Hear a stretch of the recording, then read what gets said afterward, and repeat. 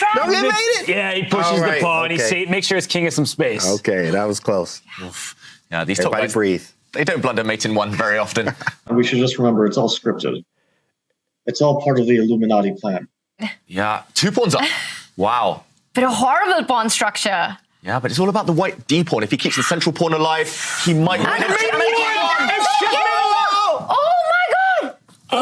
You said they don't blunder checkmate in one, and then Hikaru immediately does. You commentator's curse. Wow.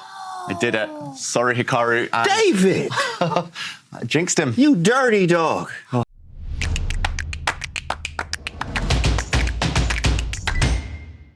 Welcome back, everybody, to another episode of the C Squared podcast, episode 28. I believe we have made it. Fabiano, big day for you. You just won a match, a very difficult match against Hikaru Nakamura, and you've succeeded in getting to the finals of the Champions Chess Tour, Champions Bracket, Winners Bracket, however you want to call it. You still have 2 lives. It's a big day for you. How are you feeling, man?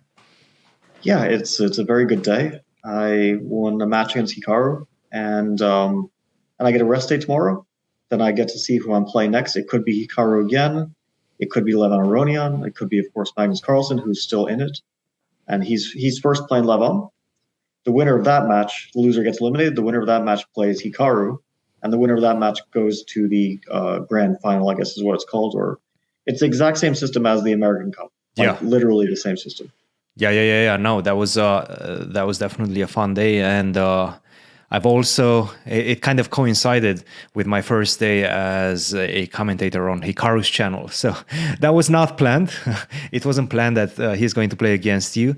We knew that could be a possibility, like a week ago or something like that, but decided to move on. And it was a bit weird, obviously, because I had to be impartial, and I like Hikaru, but I like you a little bit more. So that's. It's. I don't think you have to be impartial, and we should just remember it's all scripted. It's all part of the Illuminati plan. So I don't know if you know this player well, Valery Salo. I've heard of him. Yes. Yeah. So he was number 3 in the world back in the day, back in the 90s. And he's a generation of players like Kamsky, Anand, and so on. And so he was super strong, but then he left chess at some point. But he has kind of every once in a while aired his views about certain things, and they include like very, very wild. He has a blog, right? I think he might, or at some point he was like posting to like Russian chess, message media. boards. Yeah. Discussing with other people his theories, which were extremely wide-reaching conspiracy theories, and they involved, for example, me. I mean, I really, even as a younger player. Okay. At some point, I was playing the 2015 final of the Grand Chess Tour, which was held in London, the London Chess Classic, which no longer is part of the Grand Chess Tour, but at some point it was, right? And I made 9 draws in that event. And in the last round, I'm playing Mickey Adams, who I think also I'd made 8 draws. And I think he had also drawn all his games. And we drew our final game. And then Valery Salov comes out with this idea, or this theory, let's call it, that he linked our draws together, and he did some like numerical work. And he found out that like if you added some numbers together, you would get like the mark of the beast, and so on. And there was like all this like his best theory by far was in the Kasparov Anand match, which was held in 1995. Mm-hmm. I think I'm getting it correct. And in the 9th game and the 11th game, there were exchange sacrifices. So he put all the math together. He put 9 and 11 together, and then he put the 2 towers together. Oh my goodness! And he found that they had predicted the terrorist attack in September 11, 2001. They had already years before. So yeah, he has some kind of crazy conspiracy theories. So they announced it through a chess match, through an arranged chess match. Well, that They was held in New York. broadcasted That was at the into the World world. Trade Center in New York, right? That match was played there. So yeah, he has some very interesting theories, and they included like my draws against in the London Chess Classic. I think nowadays it's more or less the simulation theory, yeah? Like everything that kind of coincides with whatever is happening in the real world is, oh yeah, we're living in a simulation, basically. Yeah. So it's all scripted, everything. Well, the checkmate on F8 was also scripted. But I have to say, I almost saw it coming because I understood. So the best move, and we'll get into the analysis at that point, instead of E4 was to give you a check and then play the move E4, right? And then I think move the king around. We'll figure it out in as we get into the analysis. I thought that he had like this rather like bishop e5 just without h5 it's just fine, right? Without h5, yeah. Black is leading to a draw. He played e4 and then after g4, I didn't see it coming. Like h5 didn't come to mind because I thought, okay, you move the bishop. E5 looked like a normal square to move the bishop to, and then I'll give a check on a7. And I don't know why he decided the inclusion of h5 would improve the situation. Like I wasn't 100% sure I should take this pawn because sometimes when you have these like free pawns that double your either h or a pawns, it's never like. Also in the second game I had this, right. I took at some point on h5. I doubled my h pawns. Like generally speaking, if I don't see like a very clear reason why you don't take this pawn, like for example, the second game, at what point? Well, at some point he played h5 and then the pawn stayed there for a while. He could have always taken on g6. Yes. But later on I took on h5 myself because he never took on g6. Yes. And it's always a question because you kind of ruin your structure. On the other hand, you do win a pawn and you have the option of at some point jettisoning the extra pawn. For example, in that second game, I could at some point have played h5 to h4 and forcing white most likely to capture on h4. And then his pawn structure would also get damaged. At what point? So it's always a tricky question with these moves. But in the endgame, unless you're dissolving your winning chances, like let's say, two H pawns, if they're alone, they don't really matter for much, right? In a rook endgame, you can have two H pawns, you can have three H pawns, you can have one H pawn. It's still going to be a draw in a rook endgame if there's no other pawns on the board.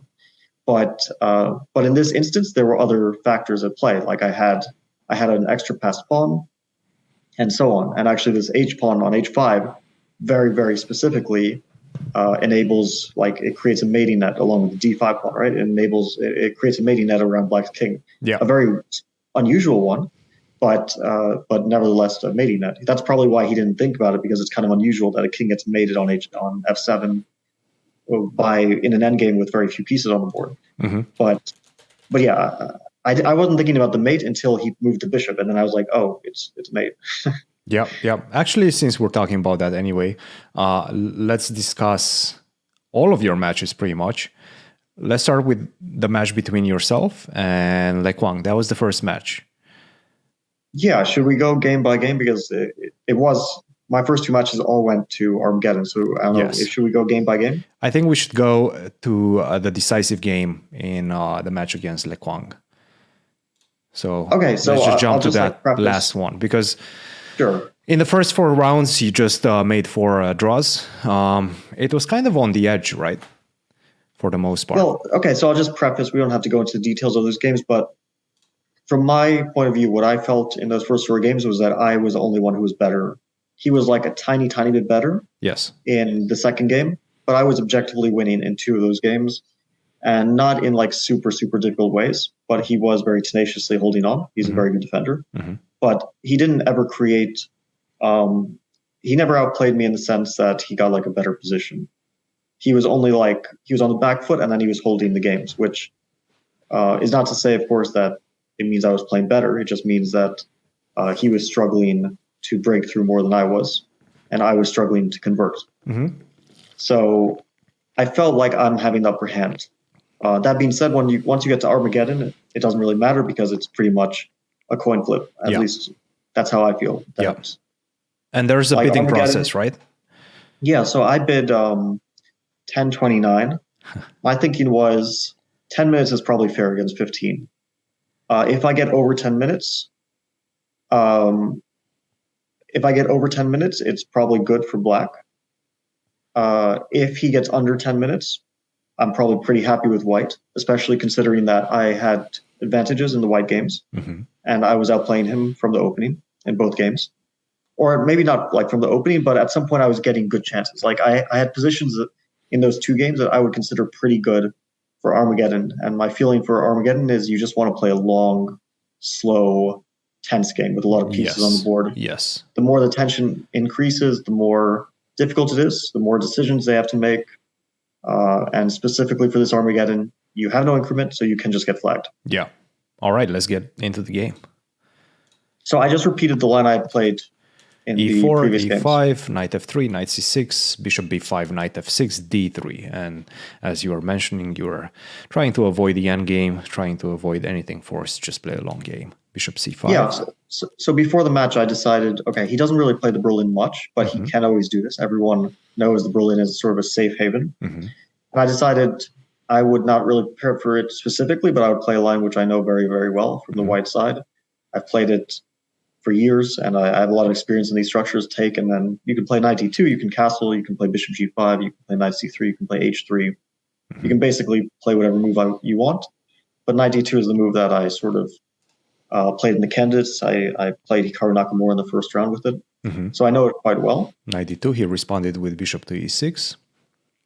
Obviously, we should mention you don't really want to take on e5 because there's queen d4. And there's, instead of castle, yeah? Take on e5, queen to yeah, d4. Either before knight d2 or after knight d2. You only threaten to take this pawn after you castle or after you play queen e2, for example, which is a move I've played in the past. After bishop e6, I played queen e2, I played knight b3, including against Nakamura. You played that against Wesley. Firuza, Wesley, I think Darius Vierch. Levon. I played queen e2 against Levon in the 2014 World Rapid Championship. And in a game I lost. And that was the reason why I didn't win the World Rapid Championship. Because I ended up the half point behind Magnus, got second place. So I played castle against Hikaru in the candidates. Yes. Knight d7. And so bishop d6 is how Hikaru played, but knight d7 is a perfectly good move. I sort of associated with Kramnik because he was playing this quite a lot at some point. He played, for example, against Yu Yang Yi. He played this many times. I played this myself also. Knight d7 I played against Saric in the Olympiad in 2018. It leads kind of by force to this position where white has gained the bishop pair. Yes. Knight b3, bishop b6, knight g5, take. White has gained the bishop pair. On the other hand, black has pretty much developed everything as well as you can hope to. And the knight on g5 will lose a tempo. It'll have to retreat at some point, go back to f3 most likely, which is what happened, f6, knight f3. Yep. And then the typical idea after knight c5, knight d2 is you bring the knight from d2 to c4 where it eyes the bishop on b6 and also makes room for the pawn on f2 to advance at some point. Usually white plays king h1 and tries to get f4. And the idea of f4 is, generally speaking, that you trade an f for an e pawn. White will have two central pawns, black will have none, and this is generally considered to be a structural advantage, although not a game deciding one, but still something to work with. Yep. It gives you more space advantage, right? As well. Yeah, and the bishop on f4 suddenly becomes very active. The downside is, of course, your king gets a bit weakened, but usually this is not a huge consideration. Yeah. So he played a move knight e6, which he also played in the third game of the match. Yes. The third game before the Armageddon. And by the way, usually were you doing any analysis in between games? No. I wasn't. First of all, I don't really feel like doing analysis. I'd rather rest my eyes a bit and not look at screens in between games. And also, like, these games are usually not decided by the opening. You know, you try to get a position you can play. Yeah. But you're not going to get a winning advantage. And the main thing is with white, you get a playable position. With black, you don't get a terrible position. That's kind of what people are usually looking for. Yeah. So he played a move that he played also in the third game, knight e6. Yes. From my understanding, and I haven't, I'm not the ultimate expert of this line, but usually people like queen d7 with the idea that they want to play knight e6 next. The knight belongs there. But now queen h5 can be met with queen f7. And black doesn't mind a trade of queens. And so white doesn't really gain anything from this check. That makes sense. But he played knight e6 first, and now I was able to play queen h5, g6, and I don't know if queen e1 is correct, but I played it in both games, the third and Armageddon. Yeah. But the idea is like g6 weakens f6 a little bit. It's sort of a little bit of a something for white to nibble on. And in it the long feels term, like once you especially- play f4 and the f file opens up, that f6 pawn is going to become quite a weakness. Yeah, that's exactly. If you like imagine that all the minor pieces get traded, which can potentially happen, and then white plays f4 and black takes, then white will take with the rook, double the rooks on the f file, and the f pawn will either have to advance, which will create more weaknesses, or it will have to be passively defended. Yes. So that's sort of the long-term idea. But still, we're only talking about the tiniest, advantage. minute advantage, but still something Something to work that with. something to work with. Anyway, now after knight c4, he deviated from the third game. I think he played bishop d4 in the third game, and I played bishop e3, and he ended up taking on e3 at some point. And he decided to play a6, which to me is a clear sign. If you play a6, that means you want to castle long. There's no other purpose of this move. Mm-hmm. Basically, if you castle long immediately, it loses a pawn. Knight takes b6. You cannot If take you take with the a pawn, you get checkmate. checkmated. And if you take with c pawn, you lose a7, and that's basically game over because that's a pawn for nothing. So a6 basically has one goal in mind and one only, and that is castle long. Yeah, so I played b4. So why did I make this move? I decided he's going to castle long, and I'm going to very happily take on b6. And then after he takes back, which is exactly what happened, Yes. I'm going to want to play b3. And the point is, if he plays c5, now my pawn on b4 can capture that pawn and will slightly loosen up his pawn structure. Mm-hmm. And I sort of knew a little bit about these structures from my game against Richard Report from the black side of the candidates, where in that game, I was the black piece, is very, very similar position to this one. And basically, at some point, he had knight on c4, I had bishop on b6, and I could have moved the bishop, not allowing him to capture, but I didn't, and that was a mistake. I should have moved the bishop. And then he didn't capture. And that was also a mistake. He should have captured. And he gave me the chance again to move the bishop, but I didn't. And so I remember that was sort of a theme, that generally speaking, black should either castle short, and then you can allow this change of structure, or black should move the bishop. But you shouldn't castle long and allow this change, because then you end up with a very, very vulnerable king in the long term. The king on c8 is actually much weaker than it looks, even though it's limited material. That is actually... Very often white just blows open the lines on the queen side, and black's king gets under attack. That is pretty cool, that you're actually learning new things in openings that you've been playing your whole life. And these don't sound, if you look at it with new eyes, and they don't sound like huge details, right? But chess is so vast that even this type of like small details in certain positions that you've been playing your whole life matter a lot, and you learn them 20, 30 years into your career. It's crazy. Yeah, and the other thing is that it might not be a lack of education necessarily, but it might also be that our understanding changes. Not personal understanding, but our collective understanding, because our resources, our tools that we use to analyze change. That makes a lot of started off sense. that our tools would be people analyze on the board, and then they write down the results of their analysis, and then people learn from that. But obviously that's very flawed because people, even if they're amazing at chess, they do make mistakes. Yeah. And then it became more that we use a computer and other tools, chess engines, I mean, especially, to learn from the mistakes that we make in games that we often reach, or structure that we often reach. Yeah. And that was still very fallible. But as time and technology progresses, it becomes more and more that we can trust what the computer says. And that changes our understanding. For example, I see the engine in front of me, that the move that Le Quanglian played, c5, is considered a disastrous mistake. Yes. And the move b5 is considered the best move. Yes. But from a human point of view, at least for me, and I would assume other people might feel the same, c5 actually feels like the best move to restrict the bishop on e3. Correct. While the move b5 feels like, oh, you're weakening b6, and all these dark squares are now completely in the hands of white. Yes. So even our intuition from very good players like Le Quanglian can be mistaken. It's not like you immediately have the right idea of what to do in a position. So he played c5, and I was expecting this move. And you played king h1? and I made a mistake. I really should have taken and then moved the queen and tried to. So basically, I moved the queen to d2. I played rook fb1. I played b4. So that's the general idea. I knew that this was sort of what I should be doing, but sorry, I'm having trouble connecting to the internet. Oh, Second tube for an echo device. Alexa. Unplug this. Wait. Okay. All right. We're going to go into a tangent. Connected to the internet. Plug in the echo device. No, Alexa, stop. Please stop.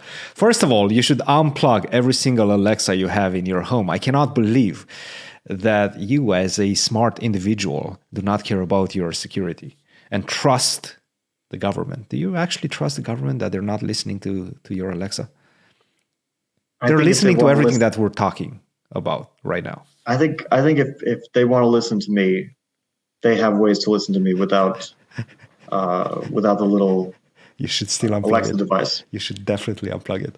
All right. That Comment in the comment section if you believe that your Alexa is listening to you, and if you do have Alexas plugged into your apartment house. Christian, you have a phone, you have a computer. Like we know this, right? I mean, like we've known this for a long time, ever since Snowden, right? That the NSA can tap into your computer webcam. I mean, look, I like privacy as much as anyone else, but I don't think we should have any illusions about how private our lives really are. Interesting. All right. Back to chess. Okay, so I should have taken on c5 and immediately tried to get b4. And however, like you just need to open lines. Right. Black's king is weak, but you need to open the lines. Yeah. I decided to hesitate. This was sort of like, I don't think I was Normal ready hesitation. for a decisive strike. Yes. Decisive strike yet. I thought king h1, semi-useful move. My idea was at some point maybe black will play knight d4, and I wouldn't want to allow a check on e2. So I was seeing lines where, just to give an idea, take queen e1. And I don't know why queen e1 looked like more useful than queen d2, but I was seeing the move knight d4 here, and suddenly queen c3 loses a queen to knight e2. So that's sort of why I decided to play king h1. That being said, it is a very careless and it's not a great move, but for an Armageddon game, I guess. At the same time, you are playing fast, and I think this is quite important. You are putting a lot of pressure early on the clock. Yeah, I think the idea is more just to keep a time advantage and keep the position tense. And it's not like it loses the whole advantage, right? No. It's not a terrible move. It's just definitely gives him more chances to defend. Right. So he played king b8. It's another one of those, like, it's not a great move probably, but everyone's going to play king b8. Nobody's going to play queen b5 here. Yeah. The king is a bit safer on b8 than c8, and you don't want to think too long, so you play king b8. Yes. Take, queen to e1. I realized at some point I have to take. I have nothing better. I played queen e1. Why didn't I want to play queen d2? I was a bit worried about some kind of c4 stuff. It was sort of like a vague worry. I realized probably c4 is not something I should ever be worried about, but I was kind of worried about that. And obviously, in this case, there's always queen b4 followed by queen b6 and rook takes a6 ideas. So black should definitely not be playing c4 to open lines. But that's why I played queen e1. Yes. Rook c8, good move. b3. Now his point is b4. He suddenly has all these c4 things. And rather than, opening up lines, it looks like it's a bit more difficult to open up lines. Also, b4 allows knight d4, but I think c4 might also be a good move. That's at least the reason I didn't play b4. Yeah. That's why I played b3. Okay, b3 I made like a conscious decision that I probably lose my advantage at this point because I'm playing too slow. But on the other hand, the position remains super tense and he has no targets. Yes. So that's why I played b3. He played rook c6. Rook c6, kind of maybe not the best move, but you can't really criticize it. I played rook a2. My idea is c2 is somehow hanging. Now I'm maybe threatening b4. Like if he makes some sort of, or if he just passes, if you were allowed to pass. Let's say he goes g5. Yeah, which is not really a pass. It's actually a semi-useful move. My idea was now that I have this b4 push. Yes. And now there's no knight d4 stuff because c2 is protected. And if c4, then suddenly I have this whole b5 thing. Because the rook is on c6. And I actually didn't calculate anymore. I just saw, okay, open line. We'll find something. Yes. And the computer kind of shows that you have some tactics here. Bishop a7. There's like queen a1 stuff. There's all sorts of ideas. Yeah. Yeah. So of course he decided to prevent it. He played rook h8. Yes. His idea was if b4, he can take on b4, queen takes b4, and the rook on c8 is obviously better placed Yes. compared to on h8. And the reason I didn't go for this was because suddenly after c4, queen b4, I saw this move queen d6. And I don't want to trade queens because that would really ruin my attacking potential. And then I thought, okay, now c2 is hanging. And if I have to play a move like queen b1, yeah, I didn't like this too much. It looked like I'm a bit too passive, and he might have knight d4 stuff here. Yeah, and queen b3, probably knight d4. That kind of pushes you back a little bit more. So Yeah. it doesn't So look this like is your why- attack is succeeding at this point. This is why I played h3, sort Makes of a lot like, of sense. okay, at some point maybe the first rank will be vulnerable. Like Always maybe at some useful point. to get some Yeah, luft. just like to have king h2 just so I don't get back rank checkmated or have to worry about that in the future. Yep. He played g5. b4, knight d4. Maybe he should have stopped b4. Maybe some move like queen d6, stop b4. It was better. Yes. At this point, I was like, I don't know what to do, so I played b4. Yes. And I expected take queen d6. It's similar to the other line. But at this point, I was like, okay, I just need to play it, and then I move my queen somewhere. I was thinking, yeah. And then you think, yeah. Yeah, and then we play this position where it's very very tense, very double-edged structurally. I don't know if white's actually any better here, but it's not it's a fight. Yeah. He played knight d4 instead. Take, rook takes. I played a good move c4, but it was out of necessity. I needed to defend c2, and how else can I do it? I really like the pin on the knight on d4. Bishop on e3 controls everything pretty much. That's why he played his next move, rook c6. Yeah. So I made the move queen b4. It looks to me like a very natural move, but it's probably not the best one. I see that the computer recommends rook a5.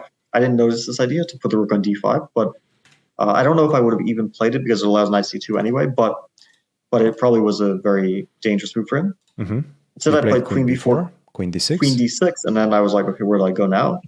Queen a5. Obviously, my play was getting very random.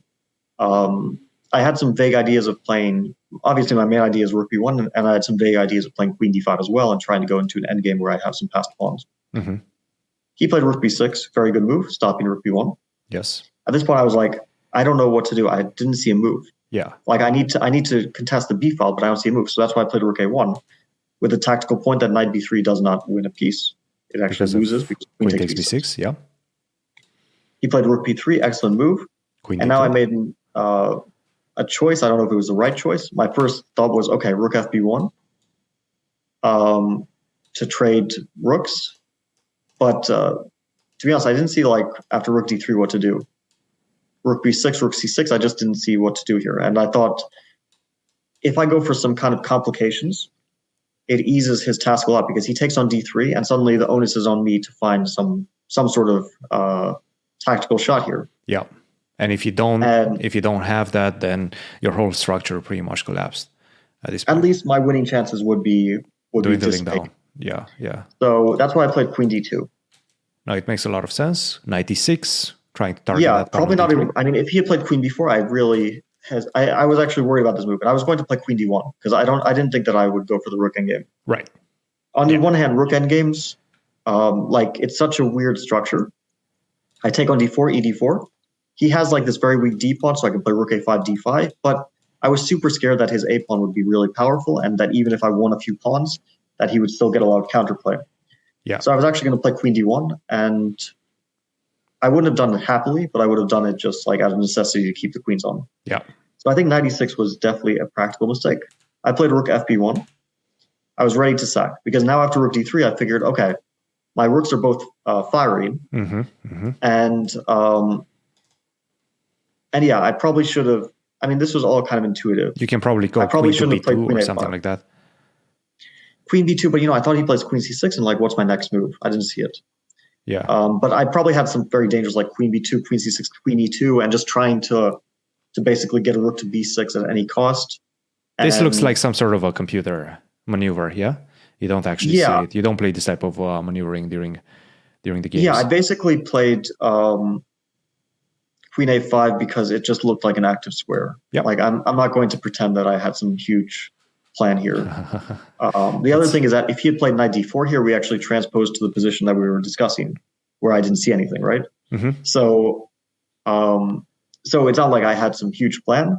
I was basically just like, I'm bluffing at this point. Yeah, But you have to make I'll the probably moves, find some right? chances. You have to make the moves. You have to put pressure on his time.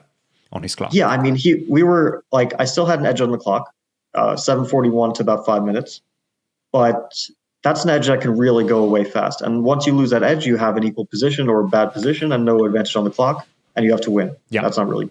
And he played So rook he played rook c6. He thought for like a minute and a little bit. He played rook to c6. Good move, by the way. Good move. I mean, first of all, a very natural move. You prevent rook b6, you prevent queen takes a6, and a good move. Yeah. So I played king h2. This move I can explain. I wanted to double on the b file, but if I play rook b2 or rook a2, he plays rook d1, he trades rooks, and there you go. Your attacking potential goes out the window. Yeah. So I played king h2 just so I could double my rooks. Mm-hmm. Now he Makes a made lot of sense. a sort of, not a good move, but it's sort of a move that you can explain by he was afraid of the lineup with the rook on b1 with the king on b8, so it was sort of an intuitive decision. Yeah. I think if he had played like knight d4, my attacking potential is very, very little because my bishop gets shut out of the game. Oh, sorry. Give me just 1 second. There we go. So knight to d4, I really doubt I would have won this game. Yes. Yeah, what can I say? It wasn't a good position. King c8, I played rook a2 very happily. At least now, if knight d4, rook b2, he has to deal with the threat on b7, and we're getting somewhere. We're starting to get somewhere. Yes. He played knight d4, rook b2. The correct move was queen c7, but I think this is a very difficult move because I can play bishop b6 basically without thought, and then you have to justify this move. Yeah. And the computer basically says the bishop on b6 is blocking the attack.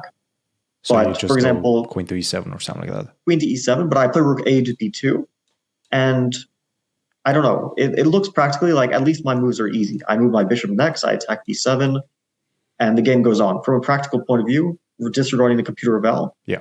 I like this for an Armageddon game. Yeah. This looks playable. Yeah. So king c8, I think, was not a great choice. He played knight d4 now, but after rook a b2, Queen c7. it's already a different situation. Rook c7 allows rook b6. Yes. And white's getting some threats. Maybe not enough for an advantage or anything, but definitely enough to scare black. Yeah. So he plays queen c7. Big mistake. The first, really big mistake. I make a mistake in turn, but I played it instantly. To me, it was like, I need to threaten queen f8. So I didn't look at queen a2 at all. Yeah. Queen a2 was not on my radar. Queen b4 was the only move I considered.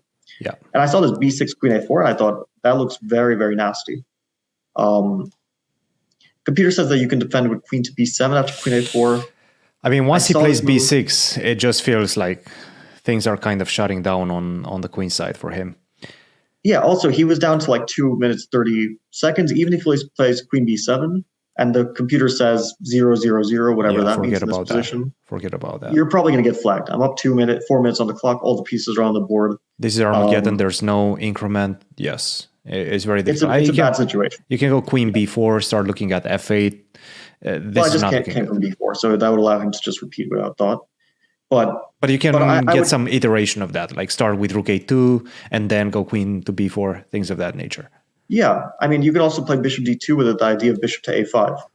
And he has to find basically the only move, knight to e6. Yeah. Super weird move because, Good luck. This is just a game which goes on and white has an initiative. Yeah. Instead, he plays king to b7. This is a blunder. He missed rook a2. That's the only explanation for king b7. And he probably thought a5, but then queen takes a5.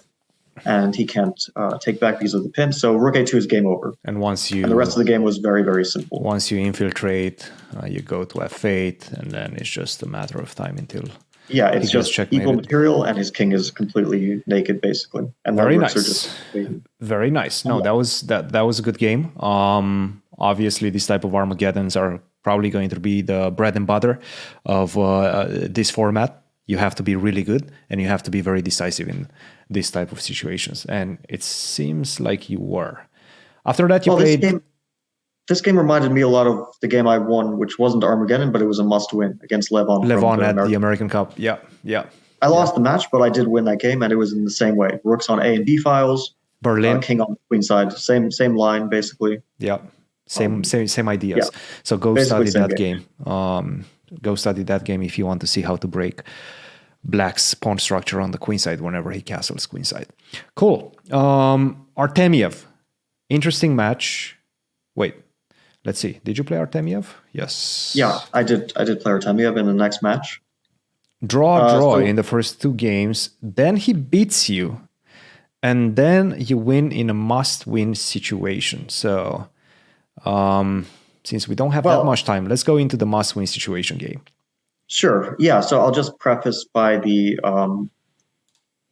so the first game was a nothing draw. Basically, he got nothing from the opening. We drew the game without any sort of drama or advantage switching or anything.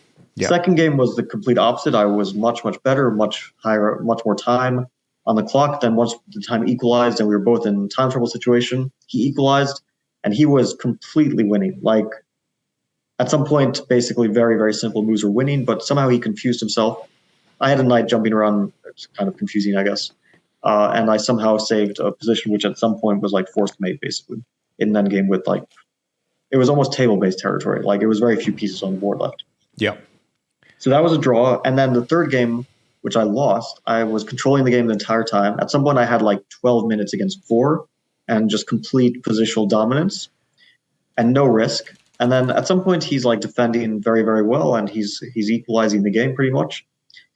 My advantage, and then I just couldn't switch modes from like I've been dominating the whole game to I needed to take a draw now. And for some bizarre reason, I took up the remainder of my time, decided to play on instead of a repetition, which he was going for. And it was a terrible way to play on. I was immediately much worse, losing probably. And I promptly lost the game. Then I needed to win. Yeah. So I repeated the same line of the anti-Berlin that I played against Le Quang. Mm-hmm. D3. Artemi played D6 instead of Bishop C5. Totally different kind of game compared to Bishop C5. We played very standard moves. I was just trying to play fast. I was Castle, basically Bishop not C7, thinking. Rook E1, Castle, C3. Plans are pretty straightforward. You try to play for D4. He's trying to get something on the queen side. Yeah, this kind of transposes to a very similar line of like the anti-Marshall, which is Some sort of a if side he set or plays something like that. A6 on the first move, on the third move, Bishop A4, Knight F6, Castle, Bishop E7, Yep. D3, D6, Yep. and C3, Castle, Rook E1, for Yep. example, we get exactly the same position. Mm-hmm. H3, So- Knight E7. Yeah, 97 was not a super big surprise, but a bit of a surprise. It's kind of a common plan. It's like a very natural looking plan. You put the knight on G6, but I was aware that these positions, after black plays C5 and white plays D5, that the computer estimates them very highly for white. Mm-hmm. The reason that I was sort of aware was because I checked relatively recently after my game against Arjun Aragaisi. I was like thinking about this plan during the game, 97 G6, from a similar position, not the same position, but a similar one. And the computer was liking it for white. It just said you play D5 and then you play on the queen side, A4, Bishop E3, Knight G3, so on. Ah, I remember that. That was at Tata Steel, right? Yeah, he didn't we were go actually for, looking in at that game, some- he didn't go for some of those 97 guys. G6. Instead, he went for a D5 plan, which is much more direct, Yeah. which of course, Artemiev could have played D5 instead of 97. Perfectly playable move. Yeah. Or he could have played Bishop. I mean, black has H6, black has basically every move under the sun. Yeah. I think C5 is a little bit like, if you play this plan, maybe you should play C6 and try to play a bit more of a fluid center. Yeah. I was very happy to get this sort of C5, structure. D5, It's the Bishop D7, Knight G3, H6. Bishop He was E3. also getting much lower on time compared to me, but Yeah. that was the theme of the match that I was. This is higher on something time. that he does, right? He goes very low on time, and then suddenly he starts playing the best moves in the position. It's kind of unnerving. Well, it's I mean, this style I know from Grishuk, right? This is sort of Grishuk style that he. It's not because they're time trouble addicts. It's just because they think that's how the best way for them to play chess is. It's not like they're, trying to do something that people would think is bad for your, like, you shouldn't get into time trouble, right? People think that. Mm-hmm. But for them, it's like, okay, I want to get a good position, and then in time trouble, I'll figure it out. But I want to play as accurately as possible while I have the time. Yep. The other advantage of this is that it allows you to get your head in the game. Like you're never on autopilot, so your head is always working. Yeah.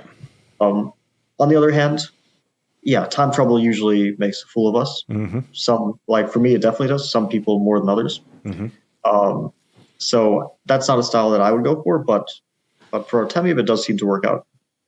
Yes. So you played B3, C4, Rook to C1. Yeah, B3 questionable, C4 good move. Otherwise, I might play a4. For example, I might play c4. I might solidify my central structure. So he played c4. Rook c1, questionable as well, but complicated position. I wasn't sure what to do. Yep. Take a5. I played a3 here. The reason I did that was because after c4... Okay, I have b4, a question for you. So after rook to Yeah. c1, why did he take on b3? Well, I don't really know. Like, I was expecting rook e to c8, but I was planning on taking on c4 in that case. And if he takes with the pawn, I thought this is a good structure. The c4 pawn is a long-term weakness. I can play rook b1, queen d2, a4, and so on. It's sort of a pawn which can't be defended by other pawns, so it will always be weakness. Yeah. And if he takes with the queen, bishop to b3, queen c7, we have the exact same position. If he takes on b3 and plays rook e to c8. So he that's why probably you thought- played rook to c1. Yeah, I wanted to take on c4 and play bishop b3. That makes sense. So he took. And then a5. He took an a5. He probably thought c4 is not a big deal because he plays b4 and I can't get c5. And if I can't get c5, then my structure it really depends on the concrete factors. Like if my knight on f3 was on d3, I think that this would be terrible for black because white just gets c5 and starts basically rolling all over black. Yeah. But with the knight on f3, white is simply not in time. Yeah. So that's why I played a3. I wanted to, if a4, I put my bishop back on a2, and then I play c4 and try to open up, get rid of my weak c-pawn and establish basically a symmetrical structure. But the only difference is I have the d5 pawn, he has a d6 pawn, which means that I have a space advantage and I'm better structurally. Yep. So a3, rook e to c8. Now I happily played c4 because after b4, I take, and now it's different from the other version because now he can't play a4. So my bishop on b3 is actually quite solid on b3. It can't be chased away by a pawn coming to a4. That's a nice little detail. Yes, that's a nice So I detail. played this move queen d2 and I immediately regretted it. Because then I saw that after queen d2, he has this really strong bishop a4 and just like concretely, I can't fully consolidate. I would probably have to play rook b1. So the idea is that take. if you take on b4, rook cb8 just wins material. Well, I don't know if it wins, but it wins the queen Material, and probably, yes. Probably I don't have winning chances after that. Right. So I would play rook b1, but then he would take, queen c4, rook b4. And okay, I'm definitely a bit better here, just based on the structure. Mm-hmm. But there's not many pieces left, and it's very, very close to equal. And I don't think I would have gone for this, so I don't know what I would have done. Maybe queen c2, try to exchange the queens. It doesn't seem like he has a lot of weaknesses left in the position. That's why queen d2 was the right idea. Basically, I want to shuffle my rooks so they're on b1 and c1 because that's where all the action is. But I had to first play rook b1 and then next play queen d2 so that he's not able to play bishop a4. He missed it. He played queen b7. Yeah, he thought for a long time and he played the most natural move, like the first move I considered with queen d2. I played queen d2 in a second, so I was like, my only thought process was queen d2, queen b7, rook b1. So that was careless. But he played queen b7 after 2 minutes. Definitely a big mistake. Rook to b1. Yep. Now bishop a4, wrong move order. I played rook e to c1. The computer kind of doesn't like this, but knight d7 is not such an obvious move because it allows knight f5 and you no longer attack e4. So knight d7 is not like super obvious to me. No. He took rook a4. So here I thought for a long time, and I think it was a very good time to think. And by the way, Basically, at this point, he had first- like a minute and 38 seconds. So Yeah. all you had to do was find a strong sequence that's going to put a lot of pressure on his clock, make him think and find But some he good tends moves. to play very well in time trouble, so I wasn't like getting ahead of myself here. I have a big time advantage. I have an interesting position, but he can also outplay me because he does tend to play very well despite his low time. So in this position, my first thought was knight e1, but then I saw this move knight f4, and it sacks a pawn. But suddenly my knight on e1, it's very passive, and he has the pass b pawn. So then I started looking at alternatives. I was looking at, for example, queen to c2 with the idea bishop d2 and rook b1 and try to get that pawn. But then he plays knight d7. He gets the knight to c5 and he's super solid. And that's why I thought knight e1, okay, like in an ideal world, if I get knight d3, I actually just win the b4 pawn and maybe the game. So the only move I calculated after knight e1 was knight to f4, which is what he played. So I spent basically 3 minutes calculating this line and the game followed it. Knight f4, I took.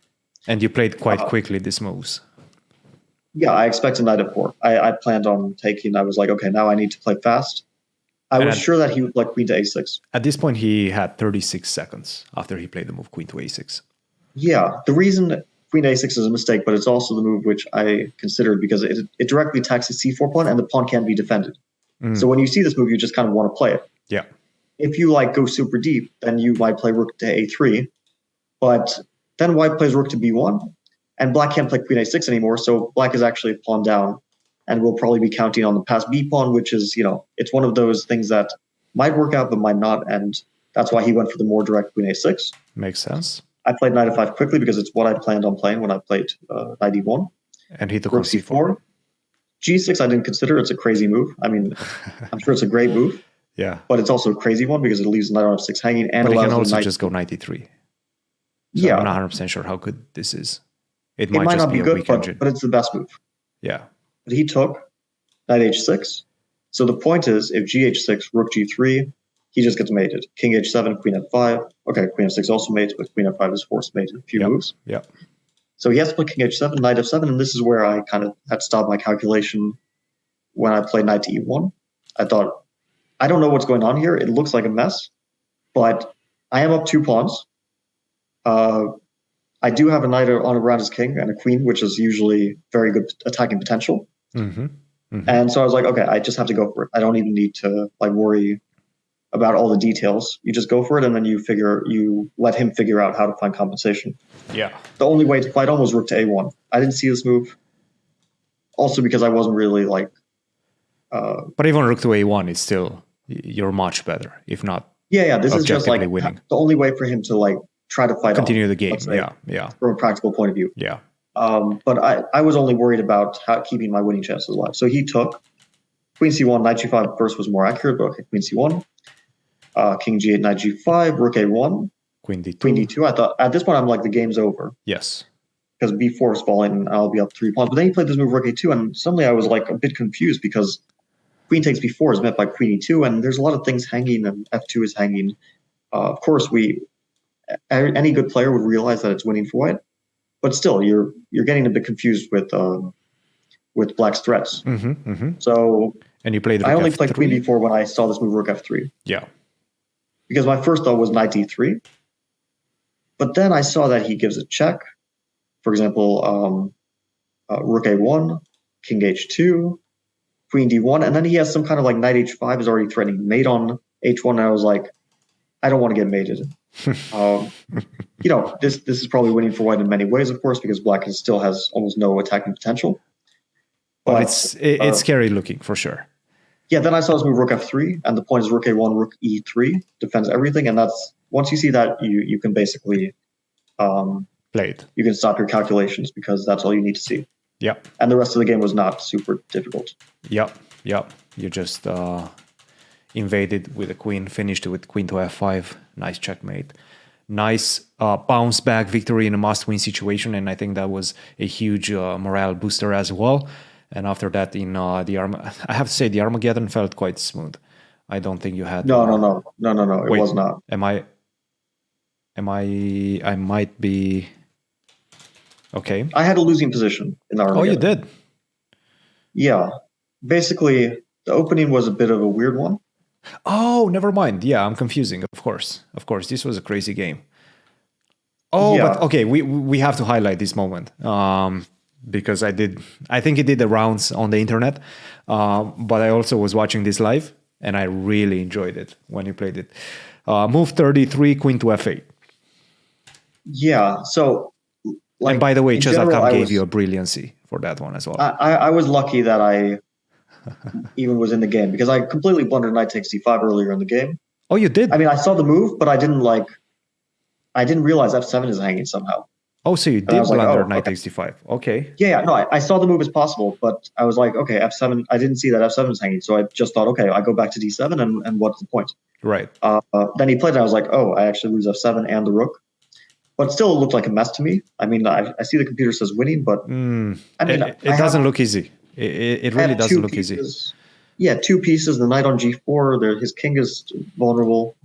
I wasn't despairing. Yeah. Then this move g3. So my first thought was knight f3 looks natural. Yeah. But then he takes queen c6. And I couldn't figure this out. I can go to b8, but then I thought he'll interpose with something on b6. I didn't actually realize that Queen b6 apparently loses to queen takes g3, fg3, f2. That's sick. If That I is had seen this absolutely tactic, I would have sick. played it. Oh, that Um, is so sick. Yeah. And actually, this would have been the best way to play from an Armageddon point of view, because rook b6, queen a7, and the computer is saying it's some sort of forced draw. But there's queen takes f3. I'm actually down like a million pawns for, and computer says bishop d3 with a draw, but this is like a little bit too difficult, I think.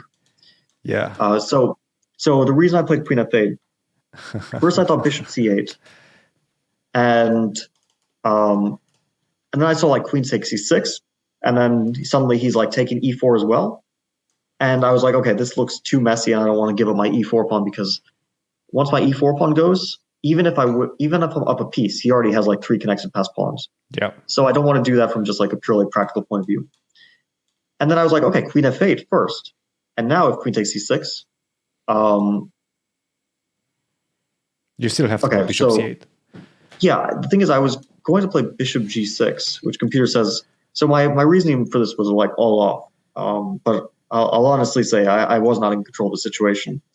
Computer says I anyway have to play bishop c8, which is kind of funny. Yes. So I don't know if I would have played that move, because I would have had to realize that other moves which look very tempting, like bishop g6, are not good. Bishop g6, knight takes c4 seems to be, and I guess knight g5 is a problem. If you take Yeah. before you take back. The thing is, you with see the check. knight to f3, and it feels like black has something, but king g2, and computer says it's finito.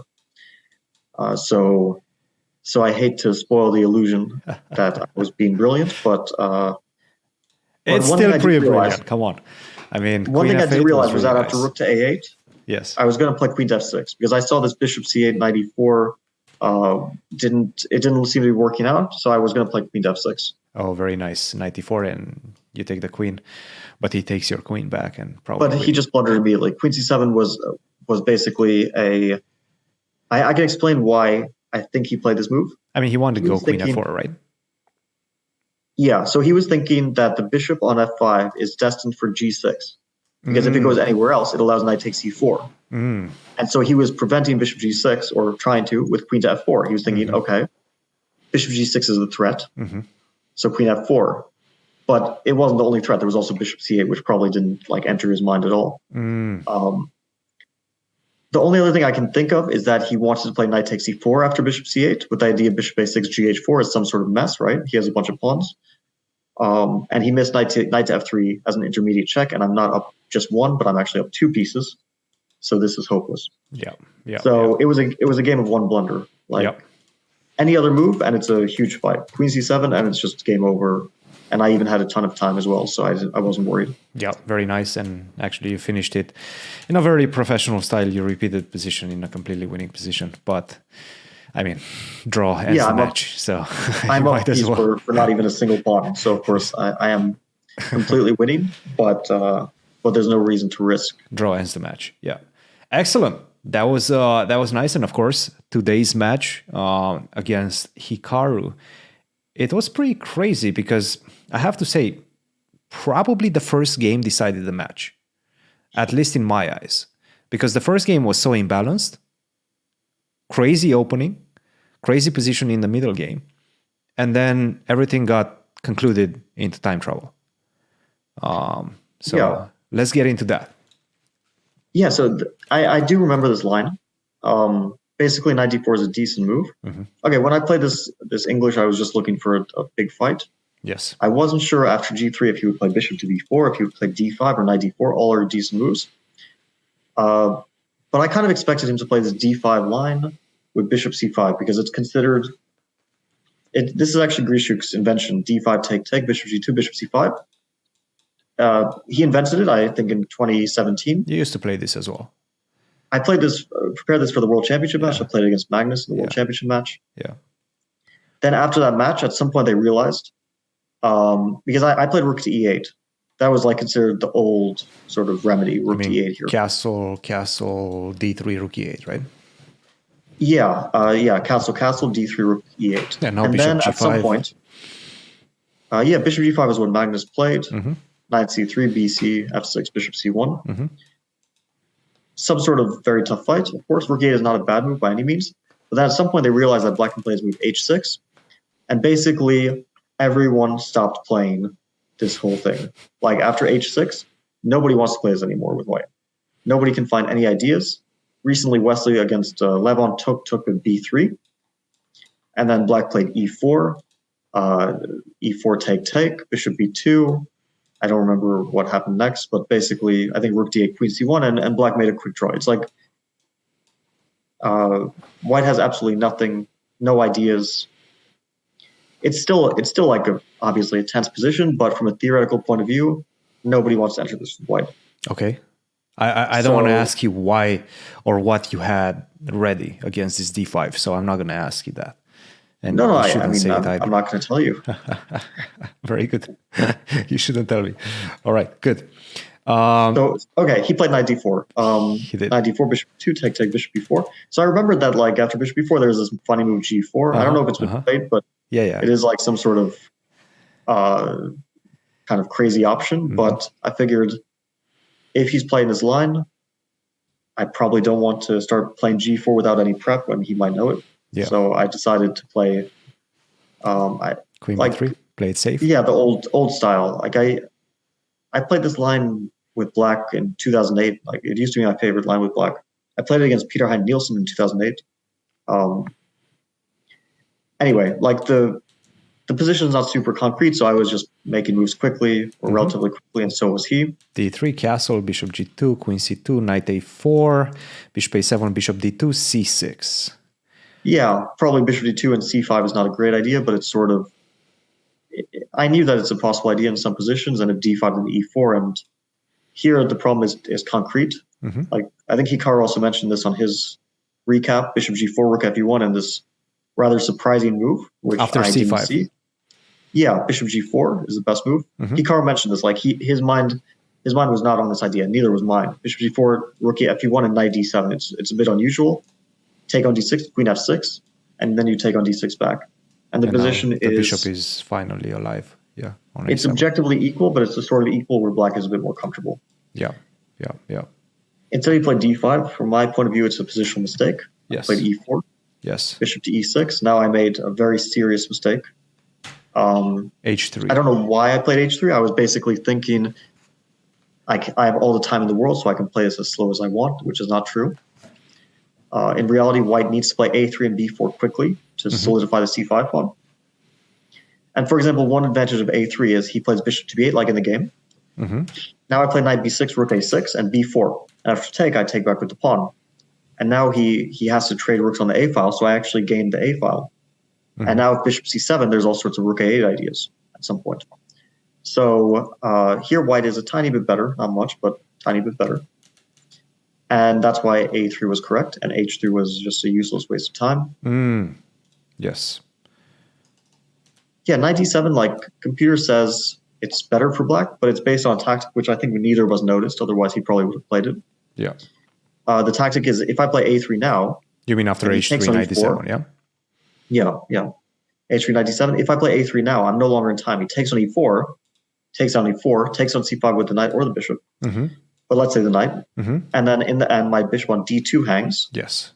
And I can take on e5, but I end up like his queen's invaded on d2, and he has a very, very good and actually much better position. Absolutely no weaknesses. Rook d8, control of the d file. This one is not looking good for you. Yeah, so I would have hopefully not blundered that, would have noticed and played a move like rook, for example, rook f to d1 or rook a to d1. I don't know, something else. Yeah. Besides a3. Yeah. Okay. But he so played bishop to b8. knight b6, rook a6, b4. I really like this move b4. I think it created the most problems for Hikaru. Yeah, I was actually thinking a4, but it's a very hard move to make because it sacks a pawn. You can't take it immediately because d takes e4, rook a4, and queen d2, typical idea. But for example, white can play e d5 and then take the pawn, or white can move the rook, defend d2, and then At what threaten point? to take Excuse the me. pawn. A4 after b4. Oh, you Like, I mean was for cons- black? You mean for Yeah, black? I was considering this move very seriously. Yeah. Because he was thinking for a while. I think he was also considering it. But it's a difficult move to make. It's it could be a good move or it could be a rather stupid move. You don't know for sure. Yeah. So he took very natural, queen e7, threatens rook b6. basically my idea was if bishop c7, I'm in time to play a4. He cannot take the pawn because there's rook hanging on f8, and I play a5 next move, and my knight on b6 is a funny outpost. It's like doesn't do much, but it restricts a lot of black's pieces, and his rook on a6 is sort of semi-trapped. Like it's sort of attacking the pawn on a5, but also it can't go anywhere. And once you put the pawn on a5, it's kind of stuck, right? It's stuck, but it's not like a useless rook because my bishop on b4 is also stuck defending everything. Yeah. But he played rook, queen 7, rook d8, a4. A4, d4, I have to say, a move which surprised me, but it shows that Hikaru does have excellent strategic understanding. Because I thought like, okay, he plays d4 and he's going to get stuck. Yeah. But it turns out that after a5, he had this idea knight e8. And then I realized that he's not stuck. He actually has this great plan of putting the knight to b5. And the knight on b5 is always threatening to come into c3. And although he's a bit stuck on the queen side, I have these very long-term strategic weaknesses that he correctly identified. A5 and c5, they're kind of very good pawns in one sense, but they're also, if we get to an endgame, all of white's pawns could fall. So I was also very worried long-term that if things go south, they could go really south. Yeah. So I decided to prepare f4. It looks like a natural plan. Nice. He took f. Yeah, he should take, because if he plays f6, then I play f5, and then he's left with this, like, his bishop on b8 suddenly becomes kind of dead. I can also maybe take on e5, I wasn't sure 100%. But his bishop on b8 becomes kind of dead, while when he takes and then plays f6. I thought taking an f6 makes the most sense. Forget about what the computer is saying. Yeah, the computer is saying that taking an f6 is inferior to f6 first, but it does make a lot of sense. I mean, you want to have that bishop on b8 opened up. No, I was worried about this, and I was hoping he would not take, because sometimes people just instinctively they don't want to take because they want to preserve the structure in the center or whatever. Yeah. But here it felt to me like a correct decision. I probably went for the wrong plan here.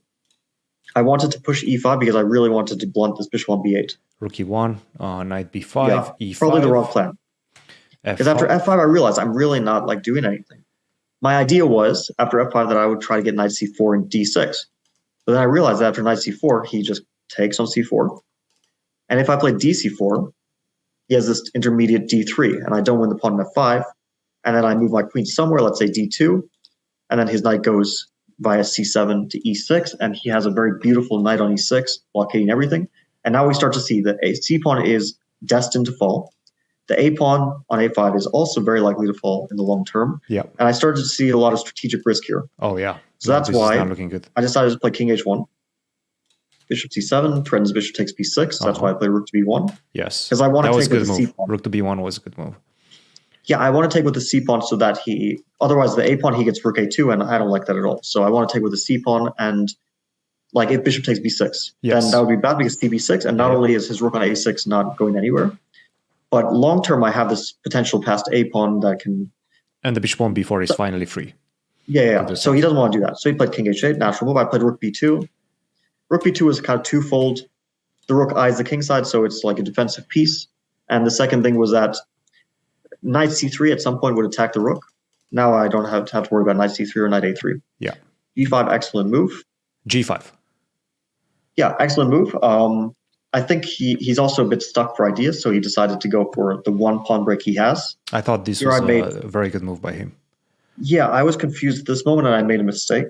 I should have made some move, but fg5, strategic mistake, I think. Here I start to drift for about like 2-3 moves or so. Oh yeah, queen d1, queen h7, but still the position remained extremely complex, right? And very tense. The funny thing, that's something that kind of was present throughout the match. Tension all over the place in every single game. Well, with Hikaru, it's usually the case that the positions remain tense because like he has this quality which he shares with Magnus, which is that even if his position is bad, and he does often get bad positions, he always tries to keep a little bit of a something to look forward to. So that you're suffering or you have a bad position and you know it, but someday you have some sort of quality in the position which could turn into something great. Like there was a recent example, Anish was playing Magnus and I think it was the World Blitz Championship. I think it was Blitz, not Rapid. It was definitely in Almaty. Mhm. But I think it was the Blitz, and Anish was completely winning. But Magnus kept his tiniest sort of strategic hope alive, and suddenly everything worked out. Like Anish fell right into the trap. It was a strategic trap, and suddenly Anish's position goes from winning to losing in a move. And it was only because Magnus kept this sort of this like one factor of the position, which if it goes well, it goes really, really well. That's crazy. And so Hikaru was also trying to always look for like that sort of thing. Like you have a hope, right? Something to play for. Yeah. So that always keeps the games tense. Queen E1, rook to G8. Queen D1, I thought was a good move. Like I really thought this is a good move. I was proud of this move. And then my first intention was Knight C4, but then I thought Knight C3, and it doesn't look too good.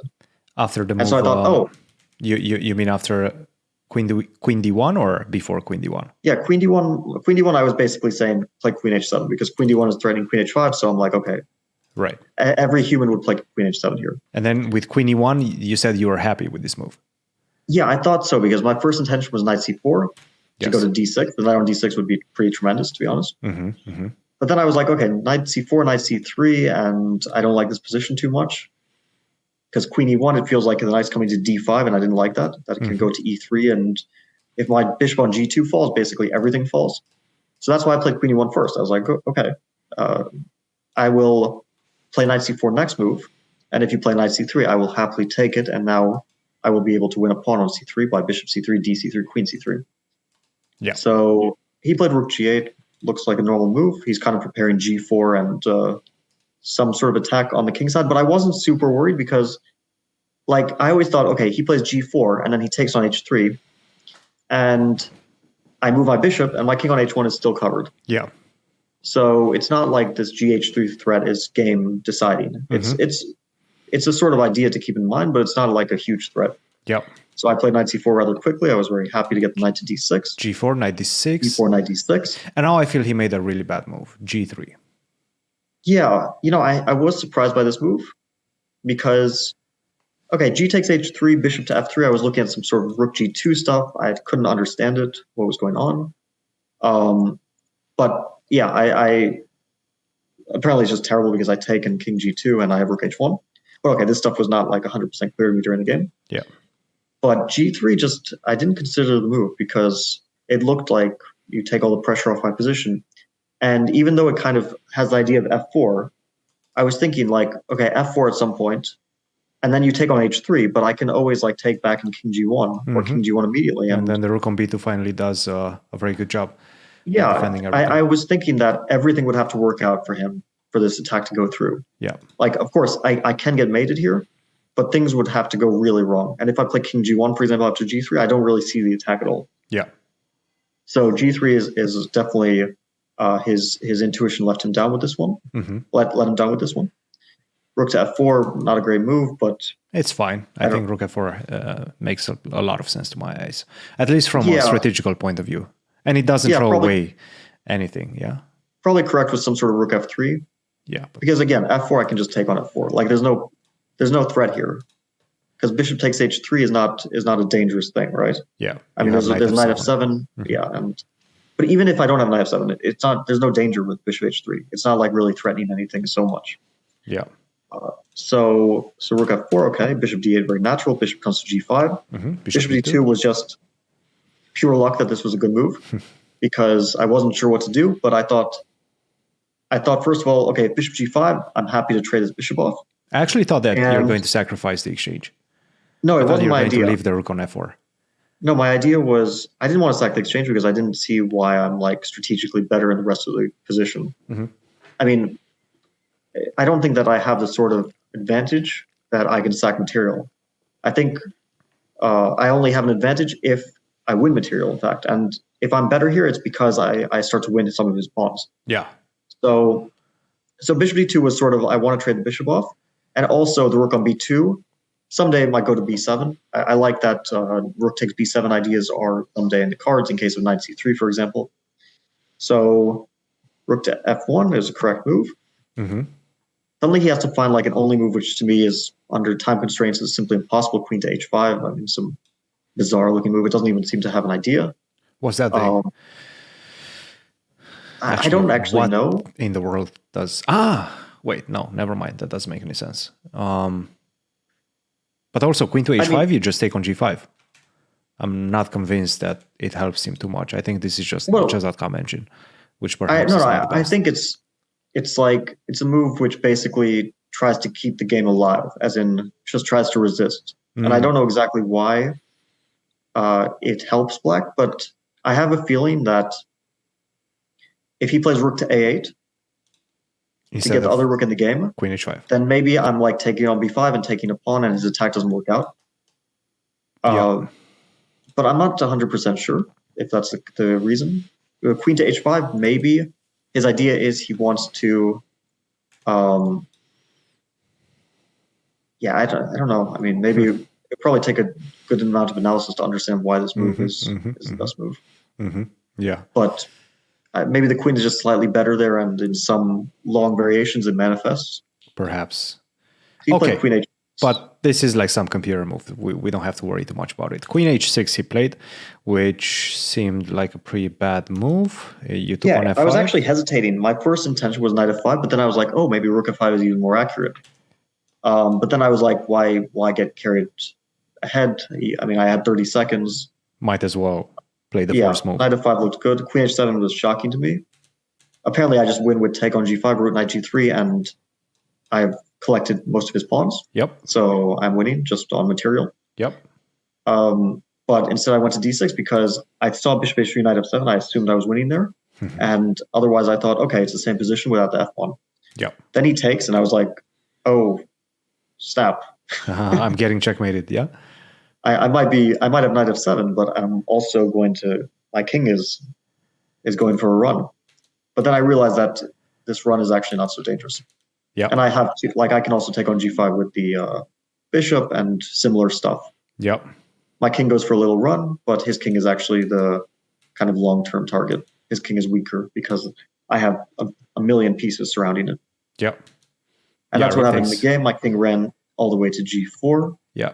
Then knight c7, rook b7, king h6, take on c7. Yeah, king h6 was kind of funny. At this point, I was no longer like seeing anything. Basically, I saw king h6 and I was like, oh, he's threatening queen h5. But queen h5, I play king g3, and then I was like, okay, no more I'll take the knight. But in fact, I can move my knight anywhere and just win all his, like knight f3 wins a queen and so on. Yeah, yeah. So, knight so f3, I don't know, I took on c7 kind of silly. I mean, this is. Then he took on a5. Over, yeah. But he flagged, right? No, or no, did no. He just resign? Took on a5. He took on a5 and resigned because then he realized I have rook h7 and so on. He actually said in his recap that White does not have a single losing move, but White has one losing move. Bishop takes a5. Which is queen g3. Bishop takes a5. Also, bishop takes That's a5 mate, is also right? line rook f4 mate, yeah. And queen g3, queen h5. Yeah. But if White were Yeah. to make any neutral move, then White does indeed win. Yeah, yeah. No, And even if White were to play rook h1, White wins. So yeah, it's winning in many ways. That was a pretty crazy game, I have to say. And then you guys drew quite a crazy game also. I remember... That's kind of a blunderful game, the second one. Just tell me the most important moments of that game. Okay, it was some sort of complete mess. Let's just go. And I was winning for sure, and then I made a bad move. Rook takes e3. I traded rooks. Very bad decision. Then it was unclear. Then suddenly I'm much, much better, maybe winning again. He plays his knight c7. And when I played king g7, knight c7, I actually missed knight c7 when I played king g7. Or I kind of saw it, but I thought, okay, I'd move my rook to a5 or something. And then I realized, oops, bishop to b6. So I can't go to a5. And then I saw g6 is a safe square. Yes. But then I was like, this is while he was thinking. Then I was like, oh, I have this, instead of rook g6, which is a safe square, but kind of a weird square, I have this move knight d6. And that actually solves all of my issues at once and just wins the game. So knight c7, I played knight d6 literally within a second or like a fraction of a second. And as soon as I played it, I was like, oh, I'm losing on the spot. Rook f8. By pure pure chance I'm not losing, and I have rook c6, rook d8, knight c4, knight e8, king g6. Only way not to lose. Bishop Which c1. is kind of funny because actually at this point he kind of, I felt he started relaxing. He saw this move, rook takes f8. I think there was some sort of memories coming back from his match against Wesley. Very similar thing happened. He was losing and then Wesley blundered a piece. And I felt like at this point, perhaps he thought that he's just winning and he relaxed. And then he understood that with 38 seconds and with that pawn on b2 and your knight coming to c4, putting a lot of pressure, not that easy anymore. Yeah. Well, no, I think it's not like if he was objectively better here, he would have found a way to prove it. Yeah. But by some divine miracle, I'm not even worse. Yeah. And practically speaking, it's probably even easier for black because my moves are very simple. Like after bishop c1, I didn't have to calculate. I just played f6 because I want to play king f7 and I want to trap his knight. That was my entire thought process. I expected knight rook to d7 just to try to extricate this knight, and probably that was the best practical move. Now you have to take on a3. Instead, he went rook b8, kind of useless move. Not like a bad move, objectively, but a useless one. It doesn't do anything. King f7, king h3, knight a3. He's starting to drift. Yes. Take rook c1, g4. Kind of crazy. I didn't expect that. I thought he would go knight d6 to get the knight out of the way. Here I'm winning. The easiest way to win was on move 56. I had the rook to c4 check, and if he goes to f5, he gets mated on f4. Ooh, if he goes back, he's simply down 2 pawns. Leave the king on f7 so that king f5 is not possible. And if he can take on h6, but it's kind of losing because the king is so badly cut off there, and I play rook to f4, and then I think move my king slowly up the board. Yeah. And his king is just like stuck on g6 and somewhere where it has no influence. Yeah. You took so on I was e8. winning. Yeah. Then so we blundered a bunch of times in this endgame. Rook a3. Here he had a draw with 2 ways: either check first and then king e5, or rook b4, which is not such an easy move. No. But it was a drawing move, and instead he played king e5. He allowed rook to b3, and as he said, the wide peepos promote. I mean, yes. A3, and then the h pawn just runs. His king isn't getting back. Yeah. So black wins here. Rook to b3. I was like, I saw this move. Wait, did you see it? Yeah, I mean, it was definitely on my radar, but I was kind of, to be honest, in this sort of mode where I was not really thinking clearly anymore. And I saw h5 rook before, and I kind of thought that like my pawn's running, and then I realized, oh, he just has king to f3, and that's it. Yeah, he gets to g2. Yeah, it's a one move calculation. Yeah. If my pawn's on h4, I win. Yes. Because if you get the pawn to h3 and you don't allow king to g2, then he cannot approach your pawn. So it was a one tempo thing, but I had 11 seconds, I think. So it was kind of silly to play h5 basically within a second.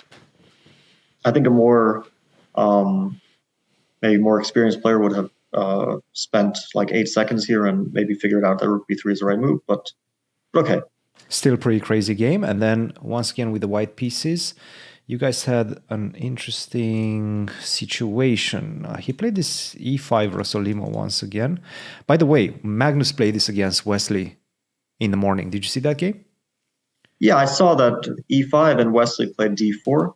He did. Okay, so to preface this line, like e5 was originally Magnus's he was the one who introduced this into the top level in recent times against me. We played like an online match in the Clutch chess event. I don't know if you remember these events that were organized by St. Louis Chess Club. And we started off basically, he was playing, it was all Rossolimo, and he was playing e6, and he was suffering. And I was winning a bunch of games in this e6, third move e6 line. And at some point he switched to e5. And I didn't know the move. In the first game I lost, I think I played some kind of d3, knight c3, some very generic stuff. Then I eventually beat him twice in this line. And then I played it myself against Niels Grandelli, so I know the line pretty well.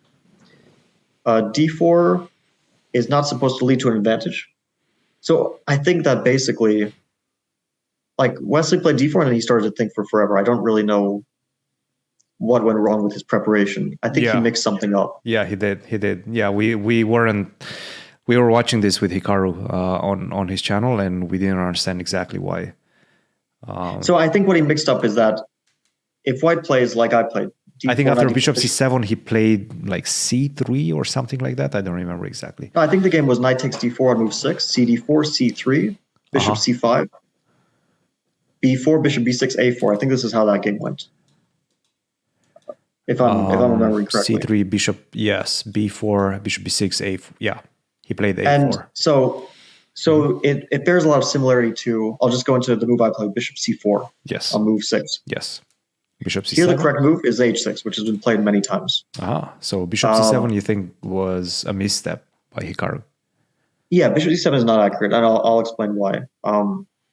But first, what Wesley, I think, wants to go for was h6, take on d4, cd4, c3, bishop c5. This is a line that I've analyzed a long time ago. b4, bishop to b6. And this is very similar to his game, but with the inclusion of bishop c4 and h6. And I think he mixed up these two lines. Because now you have queen h5. So a4, a6. Well, actually, a4, a6 doesn't target the bishop anymore. Yeah, it's just a better, like, I don't know if black plays a6, but basically it's a better version because the bishop on c4 is more active than on b5. That makes sense. And besides a4, white does have other moves. For example, queen to b3 is a big move, which I think it was the main move that I checked at some point. Yeah. Okay, you so- played bishop c4, bishop c7, knight g5. Yeah, bishop c7, I knew it was not the right move, but I couldn't remember why. What's the And story I had of this this feeling knight the g5 move was move? bishop to g5. I had the feeling that it was bishop to g5. But then I couldn't figure out this position after knight e7, knight c3, f6. It just looked like some sort of weird mess to me. Yes. But it turns out that Sir, I'm having trouble connecting to the internet. No, no, The Alexa. network device. So try restarting them. I swear, Unplug both of them, then plug the router back in. Wait 30 seconds. Once the router is back on and connected to the internet, plug in the Echo device. You really have to unplug your Alexa. I swear this actually never happens. This is a life hack. They're listening to you. It hasn't happened in weeks, and then suddenly it happens twice. Anyway, I felt bishop g5 was the right move, and it was the right move. It's what I had in my notes, but it is some sort of total mess, like bishop g5, f6, knight d4, cd4, bishop c1. But it was the correct way to play. I couldn't figure this out over the board, so I played knight g5. He followed up with a mistake. Knight h6. He should have played knight to e6, but he was afraid of f4, which is, I think, pretty understandable because f4 is a terrifying move. But it's Well, it is, fine. right? Because once you take on in f4, you go knight takes f7, and the position goes into complete madness, right? Falls into complete madness. No, I fully understand why he didn't want to go for that. Like you have but to, it was correct. you're a piece out, but you might get checkmated in the next 5 moves. Basically, if you don't play the best moves. So he played knight h6, which it's a bad move, but it's not easy to refute anyway. Knight c3 castle, and my first intention was the right one. I should have played knight d5. I didn't play it because of b5, but take bishop d5, bishop b7. I guess that white is still better here. Like take and c3, and I think I didn't realize that after knight e6. Probably white is better in this position. Knight takes e6, d takes e6, bishop h6, gh6. Maybe it was like a very safe way to play because, of course, white cannot be worse here. Yeah. With this damaged pawn structure on the king side. But this was the practical choice. Instead, I decided to be subtle. So I have h3. I don't know what I was doing. King h8, good move. a4, f6, knight 3, knight g8. Knight d5, knight e7. I was not worried because I figured that even in the worst case, I'm probably not going to be worse, right? Because I have the knight on the d5 square is such a nice outpost. Yeah. On the other hand, probably I'm not any better. Yeah. And we kind of... It did feel like he was more or less trying to bounce back with this game and not have to be in a must-win situation with white. No, from his opening choice, it was clear, and I can just like say my strategy. If he played the Berlin, his normal choice was to make a draw. You were going to go queen e4, queen d4, yeah. No, I wasn't going to make a draw that way necessarily, but I was going to make a draw, or at least try to. Yeah. Because I figure that like his chances of winning one game on demand, they're for sure he has chances, but I don't think that they're super, super high. Yeah. That being said, usually we do see comebacks. We do see a lot of comebacks. So I don't know if it's the right decision, but I was going to count on my ability to hold with black. So Queen let's just G4, like, skip forward Rook in this game. B8, B4, lots of shuffling, Queen to C4, F5. It felt like I think he's we were getting some release in the position, but still you have this bishop on D5 extremely he was outplaying me. powerful. Like there's no other way to say it. He was outplaying me, and I think at this point, when you played Rook to A1, he had a good opportunity to maybe take on B4 and go E5. take on B4, CB4, and which move? At move 28, 27. Instead of Rook F8, Yeah, no, I see. But after C takes B4, which move does black play? maybe E4. I think this is But what this is we're very calculating. double-edged because I do have potentially passed a pawn, and I don't think black is better if I play Queen C4, for example. Queen I don't know. C4, Queen I mean- D5, Yeah, Rook B1. Rook A, B1. Yeah. Yeah, maybe now I have to take on A4 and it becomes Or less. Rook A2 maybe is more, I don't know. Yeah, But yeah, I yeah, think that if black has any advantage, it's not easy to prove it. But Yeah. maybe it's better for black. Yeah. yeah. So He played Rook C8. Okay, I mean, it doesn't spoil anything. yeah, I think we were both in the non-concrete mode. Like we don't want to calculate much. We just want to make moves which kind of try to keep a little bit of control in the position. Yeah. Queen C4, B5, take on B5. Rook takes B5, Queen G4. I think he Yeah, mentioned I found this here tricky move, Queen G4. My idea was Queen E4 was the first thought Mhm. to play this Bishop C4 D5 idea. Mhm. But then I was like, why don't I provoke Bishop D7 first, so that after Queen E4 he doesn't have Bishop G6 stuff, which looked mildly annoying. Mhm. And then I'll try to play Bishop C4 B5 D5 and make a draw. So he played Rook B8, Bishop C4, Rook B8, Bishop D5. At this point, I see no way for him to avoid a draw. Except I really Rook expected A7. him to take it because, like, it looked like there's nothing there for him, and Rook A7 didn't even come to mind. It's such a shocking move to me. Yeah. And I was thinking, okay, he's won the last game, so what's the need for him to panic? I mean, it's a perfectly normal, Normal must-win situation. Yes, yes. that we've yes. all faced. Like he faced it with black against Beddoes save, must win. Yeah. He faced, Artemiev today faced it against Levon, must win with black, much harder than with white. Mhm. Everyone would agree. Yeah. So I really thought he would take a draw, and I wasn't opposed to it either because I thought I was a bit worse at some point. So Rook A7. At this point, I was like, alarm bells were going off because it feels like, he's pinned every which way. So if I get B5 and C4, then I just win, right? Just like strategically, B pawn is super strong. Yeah. Queen E2, decent move. A4, EP5. At this point, I'm like thinking I'm just winning this game. Queen C4, good move. A3, Rook B3. At this point, I'm like, how does he even hold on here? Queen F8. Yeah. Here I could have won with Rook takes A3. Just take on A3. Take Rook B5. And I saw this, and I saw like Queen C6 and Rook A5, and looked like, why am I doing this? But there's actually a winning move Rook to A7, which I did not Yes. see. Yes.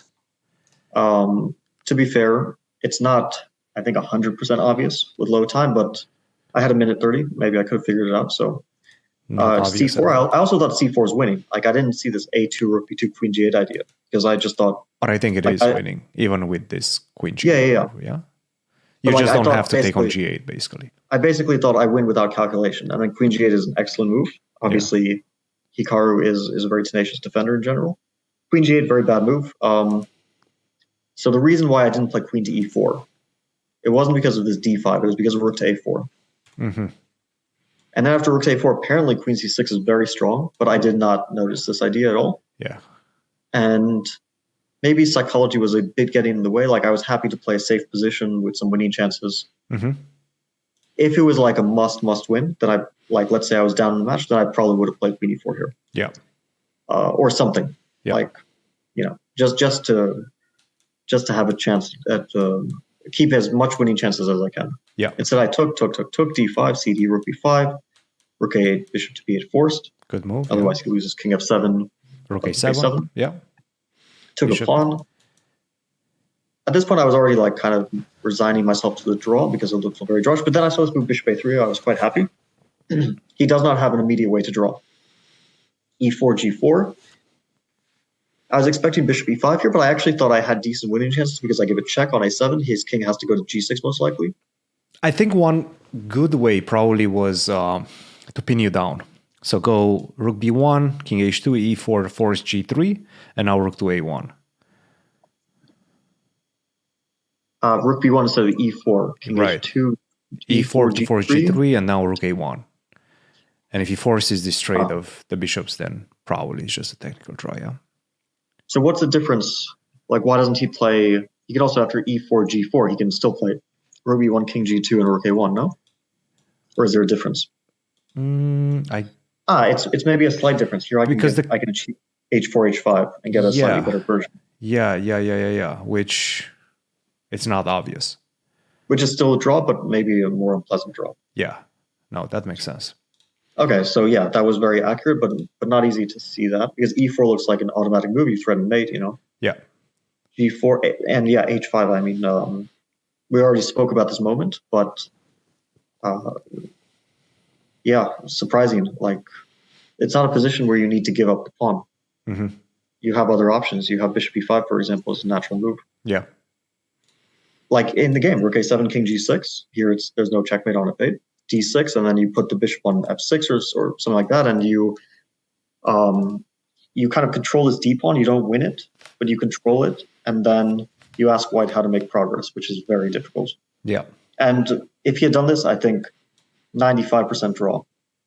Yeah, I mean, my winning chances would be between like 5 to 8% at most. And, okay, he played bishop e5, and both of you started laughing, which was quite a funny moment. No, my first thought was confusion. Yeah. But it only lasted like 2 seconds. I mean, I think even less than that. Immediately after he played bishop e5, I saw you kind of look around and then play rook f8 and just bounce off. Yeah, I don't really understand this whole h5, bishop e5, even if I play rook a7 or, you know, like in general, I don't understand it. But yeah, rook f8, a bit easier. It's also a nice feeling when it just ends. Like, it's not just that you win the game, but this blunder ends the match on the spot. Yeah. So quite a nice gift from Hikaru, who we have to say definitely had a bad day. Like he was not even close to his best today. No, of course. And it's funny because in the post-match interview, he also said that you didn't have your best day either. Or at least he felt like you didn't have the best day. It was just a very imprecise match altogether.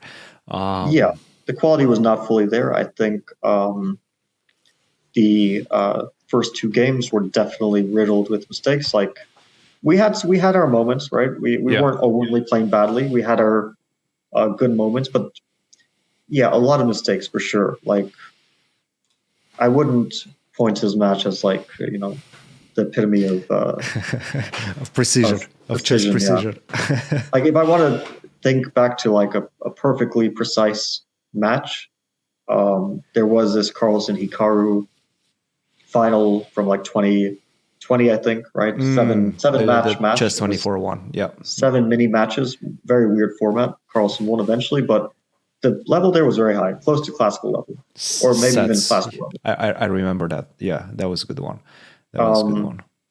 This match, yeah, it was.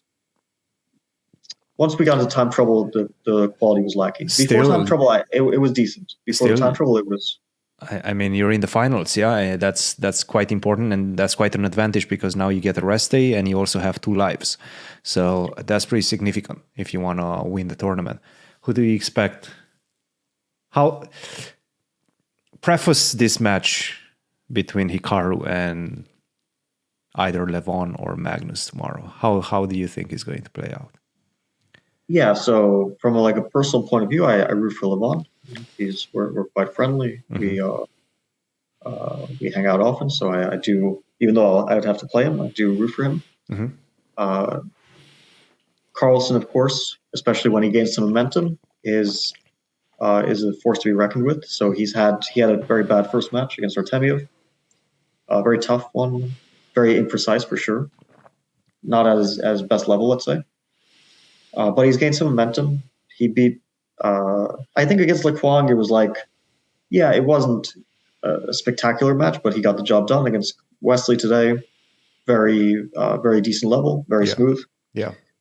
So against Levon, we do have to consider Magnus the favorite. But if there's one player who I would pick out as a guy who can surprise anyone, it would definitely be Levon.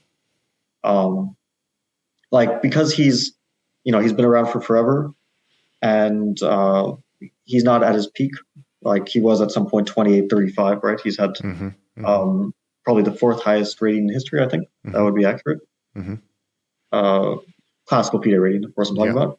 Yeah. So, people forget just how he good he is. is. Yeah. People forget just how besides Magnus and myself, in terms of tournament victories in the modern of our generation, obviously Vishy, Kramnik, these guys all were world champion and won a million tournaments, but Levon is super tournament victories. He's up there with 20. And there was a time when he was considered basically the equal to Magnus and who would become world champion first. And let's say we go back 10 years to 2012 or so, while Vishy was still world champion. So a lot of people had him basically as the wild card, as in every single candidates. He was the one a lot of people were seeing as the favorite, and he never made it. But still, he had some bad luck because he won. Those lines. He should have qualified for a match. There was, I won't get into it, but there was when he was winning the Grand Prix series. And basically, this should have qualified for a match back then. And he won two World Cups as well, which I don't know if anyone else has done. So people forget because they got into chess more recently, or they don't know just how it's not like he's the favorite against Magnus, of course not, but just how possible it is that he can outplay Magnus on a single day. Yeah. So then one of those guys will play Hikaru. If it's Magnus, I would definitely give Magnus the favorite, but we know they play really close matches. So I would still give Magnus, considering that, it's still a bit of a long shot, but nobody would be surprised if he wins 2 matches and qualifies for the final, right? Yeah, no, of course. Cool. Well, still plenty of games to be played. I will be doing some commentary on Hikaru's channel tomorrow. He's playing a big match either with Magnus or Levon. That should be exciting. I'm also going to be doing commentary for the match between Levon and Magnus. So that's going to be a lot of fun. I've been enjoying it. It's a good tournament. I really like these double elimination formats. I know a lot of people don't like them, but I'm a fan. They call it, some people call it the zombie bracket. You die once and then you're still not dead yet. I saw that on Twitter. I saw that was coined by I think Jonathan Tisdall Tisdall, who's an American Norwegian. I like that one, the zombie bracket. Grandmaster. Yeah. No, so a lot of fun. So I will say one issue. It's a small issue. I like this format. I think it's very exciting. But one issue I have with this format is that it becomes pretty clear early on who will be qualifying. Magnus already qualified for the final, right? We should remember all these events are just qualification steps towards the final, which is held at the end of the year. Yes. If you win an event, you qualify. So Magnus qualified. But because of the system where if you get top 3, you get to the next event and there are guaranteed tour points. Yes. And if you get enough tour points, you are pretty much guaranteed to qualify. For example, Hikaru already, because he got second place last time. That gives him 100 tour points. And that qualified him for this time. And that means that he's already guaranteed 75. Another qualification. And then another qualification. So he's guaranteed 175 already. Yeah. Possibly more. He could, of course, still win this event. Right. And then he's going to qualify for the next one on virtue of being top 3, which will give him a minimum of 30. And since it's Hikaru, we would guess he'll probably get 50, maybe 75. Maybe he'll just win the whole thing in the next one. So the equity you get from finishing top 3 is so great that it doesn't really make sense to me. Like the goal should not be to get top 3. And Hikaru shouldn't already be pretty much a shoo-in to qualify because he got second place in the first event. Yeah, and right? I think he Like, mentioned that's that my as feeling. well. He said the goal was to get top 3, and after that, sure, you get more money, you get more points, but top 3 is the most important because it qualifies you to the next one. Yeah, no, well, okay. The top 1 I think is the most important because then you just qualify and you don't have to worry about it anymore. Yeah. But between like 2 or 3, it's not as like the difference between 3 and 4 and 3 and 5 is so much more than the difference between 2 and 3. Yeah. 2 and 3 is only a little bit of a difference. Yeah. 3 and like let's say you got 6th place because you lost 2 matches. Let's say how, for example, a Kwang Liam, right? Yeah.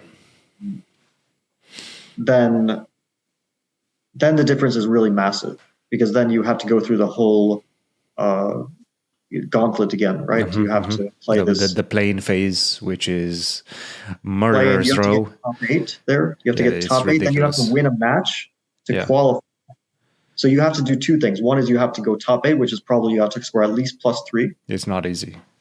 And then you have to win a match against someone who could be Magnus, right? Yeah. Or okay, not Magnus because he qualifies, or at least last time he qualified. But it could be, for example, Ali Reza Farouja, right? You have to win a match against Ali Reza to. It just feels a little bit like it's not the most, let's say, equitable system. But it's difficult to come up with the perfect system. Top 3, you get in some sort of a loop situation. Yeah. You get top 3, and then you loop this is yourself what, into the championship. Someone, a member of our Discord, said when I beat Artemiev, right, and I guaranteed top 3 along with Hikaru. This person in our Discord said, "Infinite tour glitch unlocked." Yeah. Which is, it's, I don't know. They should rethink that next time, if or at least they should give it some more consideration. Cool. Awesome recap. Really enjoyed it. A lot of interesting insights into the games today. And let's remind people what they can do to support the channel right now. So we do have a Discord. You can join the Discord. You can chat in the Discord, be active, stay in touch with us as you participate in these events. It's a lot of fun to keep in touch with the fans.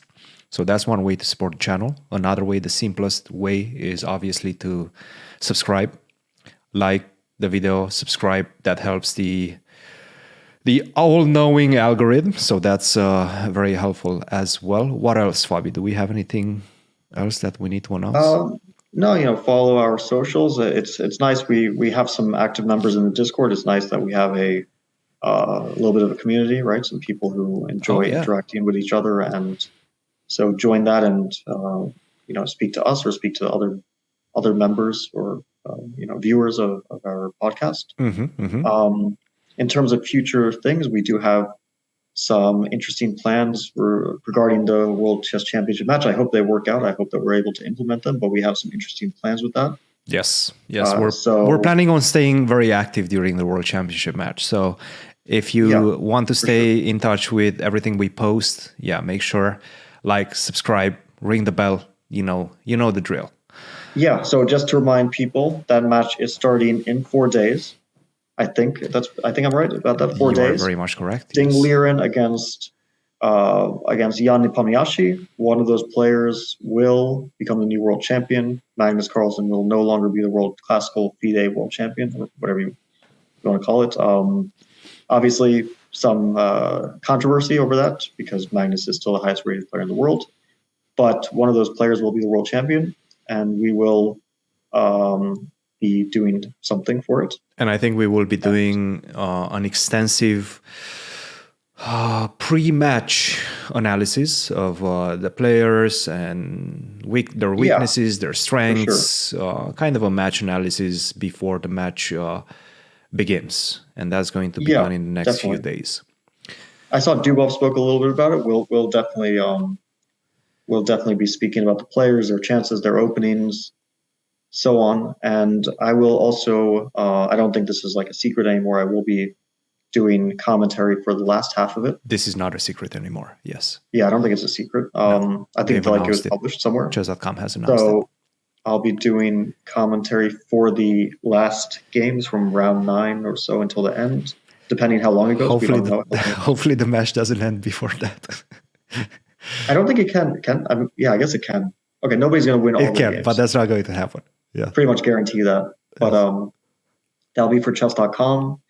And co-commentators, I think I'll be doing it with Robert Hess, Daniel Naroditsky, the usual guys who everyone loves to see. I think Tanya is also Tanya Sachdev, of course. Tanya and Robert are also doing the commentary for the Champions Chess Tour, so check that out if you guys want to see the final matches. Cool. Excellent. Fabi, go get some rest, man. Thank you. You've earned it. You've earned the rest day, and we will see you in the grand finals.